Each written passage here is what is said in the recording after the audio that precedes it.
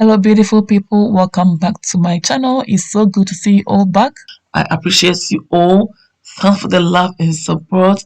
Today we are making cornstarch, and cornstarch is just a simple one ingredient recipe, and I would love to show you how I make mine at home. Okay, cornstarch serves as a thickening agent for our stews and soups as well as our sauces. Without further ado, let's begin. I'm going to use the white homemde corn. I'm going to soak it for some few hours for the corn to soften up, okay? And then after that, we will continue from there, okay? So as always, keep watching in order not to skip a step. So after transferring the corn into the measuring jug, I'm going to just wash it nicely and I will just soak it in water for about 8 hours. I'm covering it with cling foam to avoid dust and other insects from entering it. After 8 hours, I'll come back for it. And it's time we are here to check how far things are going. And let's see. I can see signs of fermentation about to take place, but if that happens, the cornstarch will smell bad. So quickly let's go and pour the water out. Wash them again nicely and come back and blend them until they are nice and smooth.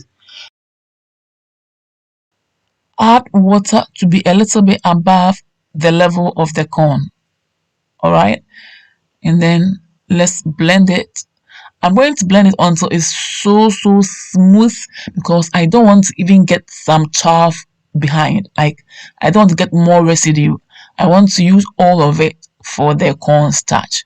So this one will take a little bit of time to get that smoothness, and it's all fine because that's what I'm looking for. I want it to be so smooth that even if I use chiffon cloth to strain it, I wouldn't get any residue behind. It's now time to separate the main parts that we need from the residue or corn chaff. And I'm using this strainer which has tiny holes just like chiffon cloth, muslin cloth, or nutmeg bag. It works just as fine as these three mentioned. Now let's see how the straining will go.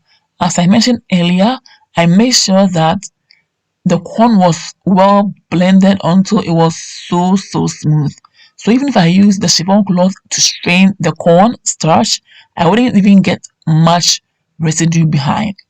The point I'm trying to make here is that how and how long you blend your corn will determine how much chaff or residue you get behind.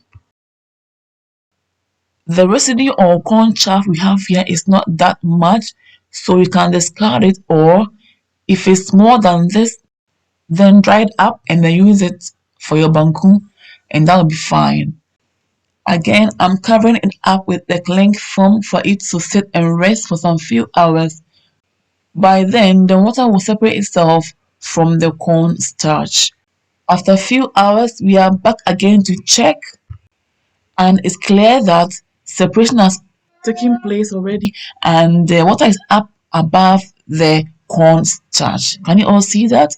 So I'm going to pour the water out and then I'll let the cornstarch dry up, okay? At this stage, you just want to be careful and gentle here because if care is not taken, the water and then the cornstarch will accidentally mix up again and that will be a double job, okay? So be careful and gentle with it and then pour it out slowly and gently.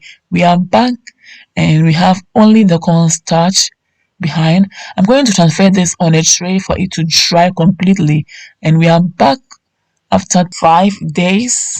Here we are, it's dried and I like it. It's so dried and yeah, beautiful. I'm going to blend it to smoothen out all the lumps in it.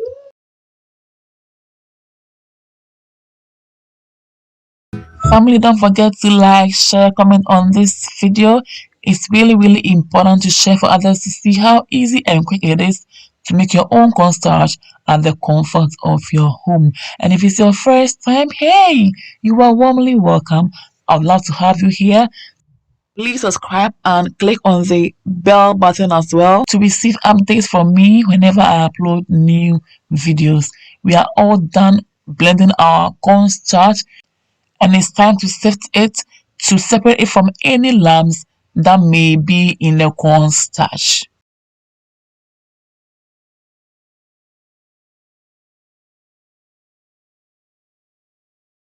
You can use your spoon, your spatula, or your hand for this process. I'm going to use my hand to be faster with it.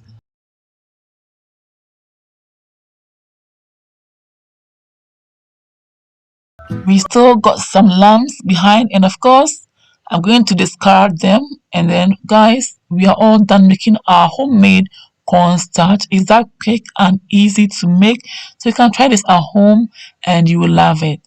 Okay,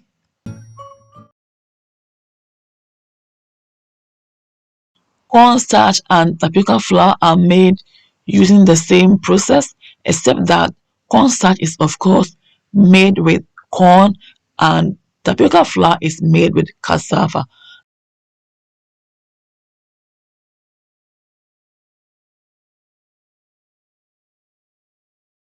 Okay, so these are the two thickening agents for our stews, our soups, our sauces, and they can also be used for dessert recipes. I'm going to store it in my container here. I will then keep it in a dry and cool place and use it for thickening my sauces just like this, and proceed to making my stir fries. So beautiful.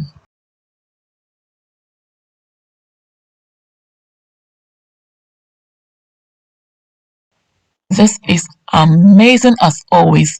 Family, for more of these videos, please follow your girl on Instagram, like my Facebook page, follow me as well on Facebook, and subscribe to my YouTube channel for us to build this amazing family together.